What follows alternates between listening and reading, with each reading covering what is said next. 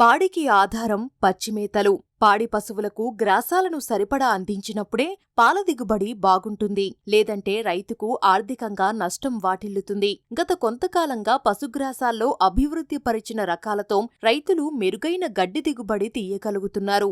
అయితే సొంతంగా గ్రాసాలను పెంచుతూ విత్తనాలను ఇతర రైతులకు అందించడం ద్వారా ఆదాయాన్ని ఆర్జిస్తున్న రైతులు ఉన్నారు. అలాంటి వారిలో ఒకరు అడబాల వెంకటరత్నకుమార్. డాక్టర్ బిఆర్ అంబేద్కర్ కోనసీమ జిల్లా అంబాజీపేట మండలం పుల్లేటికురు పంచాయతీ పరిధిలోని వ్యాఘ్రేశ్వరం గ్రామానికి చెందిన ఈ యువ రైతు కొబ్బరి తోటల్లో అంతర పంటగా వివిధ రకాల దేశవాళీ, హైబ్రిడ్ పశుగ్రాసాలను సాగు చేస్తున్నారు. ఏకవార్షిక, బహువార్షిక గ్రాసాలను సేంద్రియ విధానంలో పెంచుతున్నాడు. విత్తన కనుపులను, విత్తన గింజలను విక్రయిస్తూ ఆదాయాన్ని ఆర్జిస్తున్నాడు. గడ్డి విత్తనాలు కావాల్సిన రైతులకు నాణ్యమైన విత్తనాలను అందజేస్తానంటూ వివరిస్తున్నాడు. వివిధ రకాల గడ్డి జాతుల్ని మేమైతే పెంచి ఇక్కడ లోకల్లో రైతులకు, అదేవిధంగా ఆంధ్ర మరియు తెలంగాణ, బెంగళూరు వరకు కూడా మనం ట్రాన్స్పోర్ట్ సర్వీస్ ద్వారా అయితే మనం రైతులకి సప్లై చేయడం జరుగుతుంది. మా దగ్గర ఉన్న రకాల్లో చూసుకుంటే హైబ్రిడ్ రకాలు, అదేవిధంగా దేశవాళీ రకాలు, రెండు జాతులు కూడా విత్తనాల రూపంలోనూ, అదేవిధంగా కనుపుల రూపంలో కూడా అయితే ఈ గడ్డి రకాలను బట్టి ఒక్కొక్క విధంగా అయితే మనం ఆర్టీసీ కార్గో సర్వీస్ ద్వారా, అదేవిధంగా కొన్ని ట్రాన్స్పోర్ట్ల ద్వారా అయితే పంపించడం జరుగుతుంది.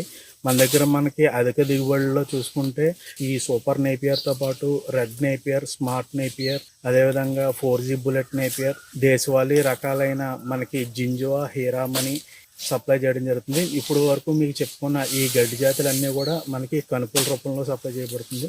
అదేవిధంగా కనుపుల్లో కాకుండా విత్తనాల రూపంలో మనకి చూసుకుంటే కోఎఫ్ఎస్ 29, 31, CSV 33, స్టైలో హెమటా, అదేవిధంగా హెడ్జిలోసర్, అధిక మాంసం కృతులు కలిగిన పప్పు జాతి గడ్డిలో హెడ్జిలోసర్ చాలా కీలకమైన పాత్ర పోషిస్తుంది. దూడల పెంపకంలో మనకి ఇటు మన ఉభయ గోదావరి జిల్లాల్లో చెంగల్ అని మనం అంటాం, చెంగల్వా అని. ఈ గడ్డికి ప్రత్యామ్నాయంగా గుజరాత్ నుంచి జింజువా అనే పశుగ్రాసం, ఇది దేశీయ రకం, గుజరాత్ దేశీయ రకం. ఈ జింజువా గడ్డి కూడా మనకి చూసుకుంటే దూడల పెంపకంలోకి కానీ, ఆవుల పాల దిగుబడిలోకి కానీ, పాల దిగుబడిని పెంచడంలో కూడా ఈ జింజువా గడ్డి అధిక పాత్రను పోషిస్తుంది.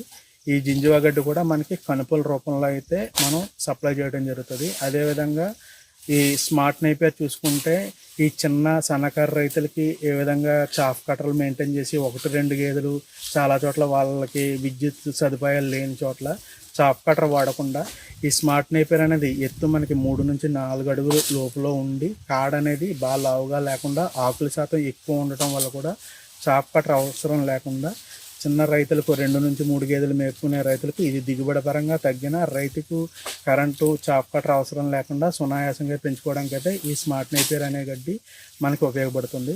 అదేవిధంగా చూసుకుంటే మనకి 4G బుల్లెట్, సూపర్ నేపియర్ ఇవన్నీ కూడా అధిక దిగుబడులు ఇచ్చే పశుగ్రాసాల్లో వీటిని ఎక్కువగా డైరీ రంగంలో వాళ్ళందరూ కూడా చాలా వరకు ఈ గడ్డిని ఎక్కువ ఉపయోగిస్తారు. రెండవది మనం చూసుకుంటే మీరు చూసిన మన ఈ పశుగ్రాసాలు అన్నీ కూడా మనం 4 ఏళ్ల నుంచి సేంద్రియ పద్ధతిలో వీటికి ఏ విధమైన కలుపు మందులు కానీ, యూరియా, DAPలు ఏమీ వాడకుండా ఓన్లీ జీవామృతం మరియు గోకుపామృతం కల్చర్లతో మాత్రమే మనం ఈ పశుగ్రాసాలన్నీ పెంచడం జరుగుతుంది. ఈ పశుగ్రాసాలకి అన్నిటికీ కూడా యూరియా, DAP లేకుండా ఒక వారం రోజులు లేట్ అవటం జరుగుతుంది తప్పితే మనం కలుపు మందులు ఇవన్నీ కట్టి ఇటు నేల సారాన్ని, అదేవిధంగా దూడకు కూడా అనారోగ్యాన్ని కలిగించకుండా ఈ సేంద్రియ విధానంలో పండించిన పంటలకు కూడా అధిక దిగుబడులు పొందడానికి అవకాశం ఉంది.